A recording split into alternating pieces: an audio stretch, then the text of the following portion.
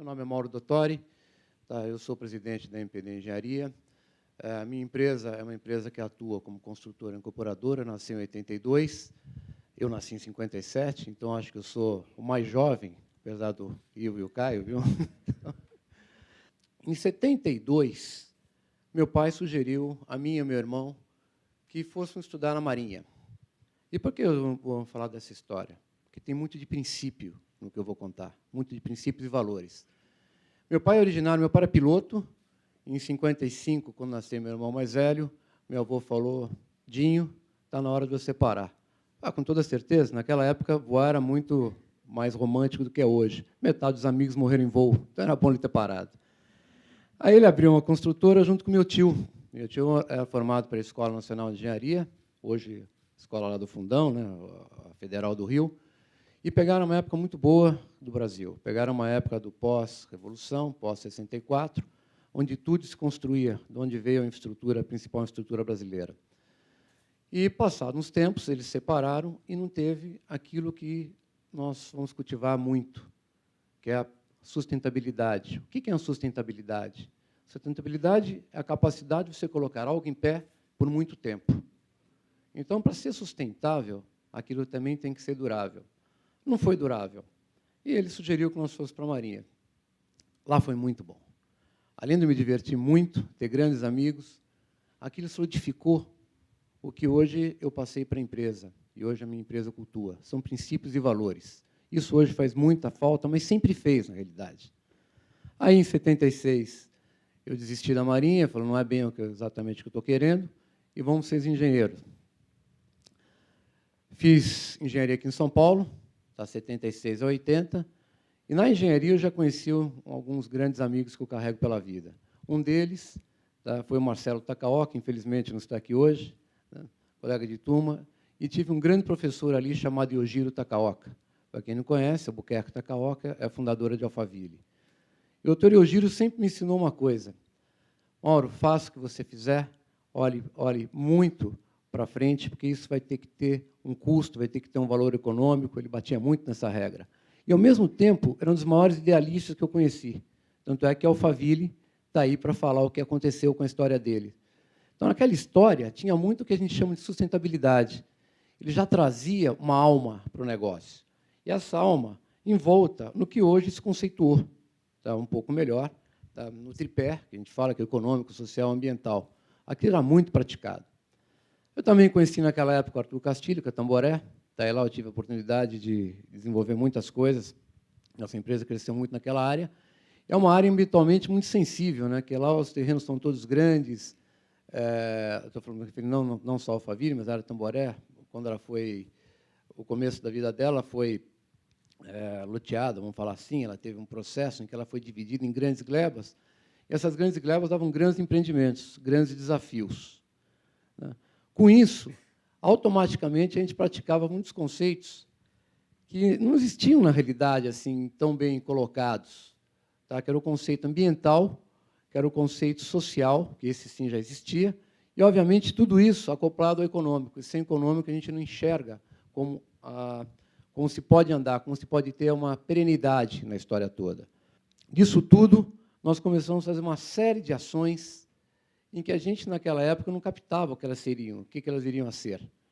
Então, muitas ações, primeiro, em relação aos nossos colaboradores. Esses, acho que são as primeiras coisas que todos nós pensamos. Eles são o que movem a gente. Eles e os clientes, né, são as duas partes fundamentais da nossa história.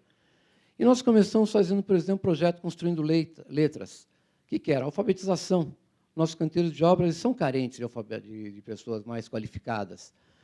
Também começamos a fazer o complemento desse pessoal de chão de fábrica, tanto quanto a sua escolaridade, quanto a sua profissionalidade.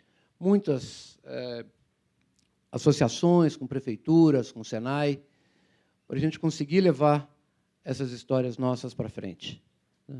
Junto com isso, começamos a conceituar o que seriam os nossos projetos. Como esses projetos ficariam mais sustentáveis no sentido economicamente aceitos pelo público, né, e com menor uso de recursos, realmente.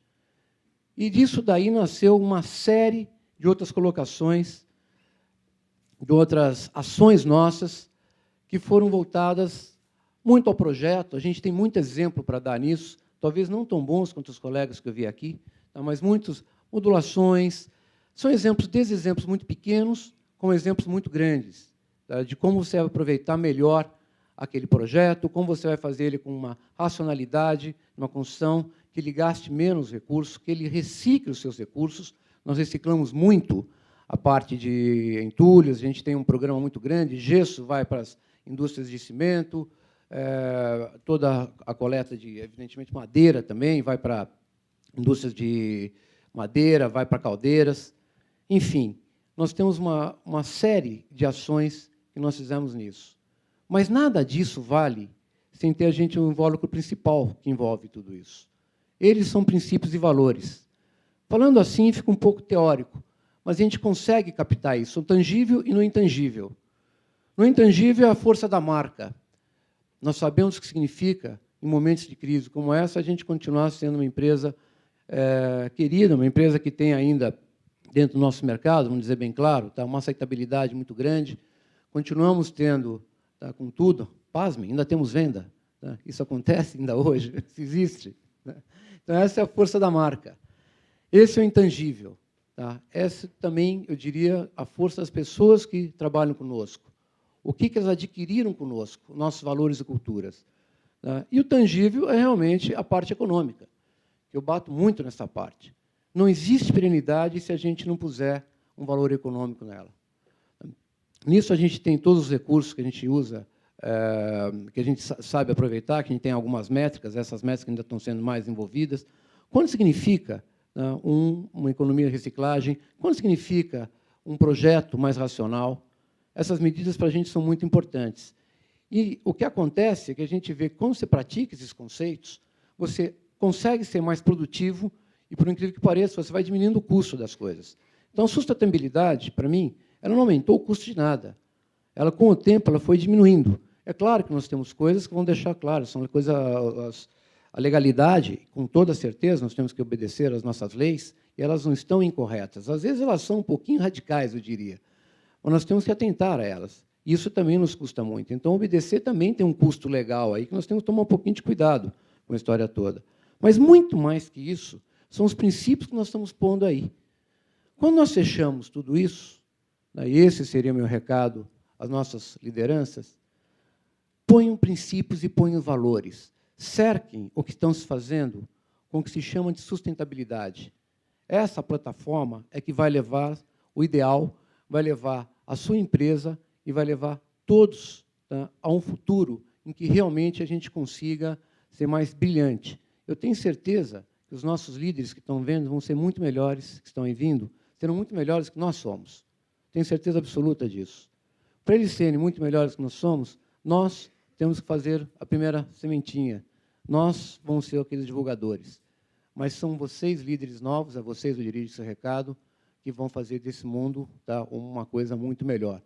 Muito mais que isso, vocês vão ter oportunidade de pegar as empresas que vocês vão formar, vão herdar, vão fazer de qualquer forma, e deixar elas muito mais polidas do que nós somos. Não tenham verniz verde, tenham valor em cima, pratiquem. Tenho muitos exemplos de sustentabilidade para dar, mas eu acho que isso ficaria um pouco maçante, acho que não seria tanto o recado que a gente tem a passar. O maior recado é: usem os seus valores, tá, e não esqueçam os seus princípios. Okay? Sou curto, sou grosso, e venho agradecer a todos. Muito obrigado.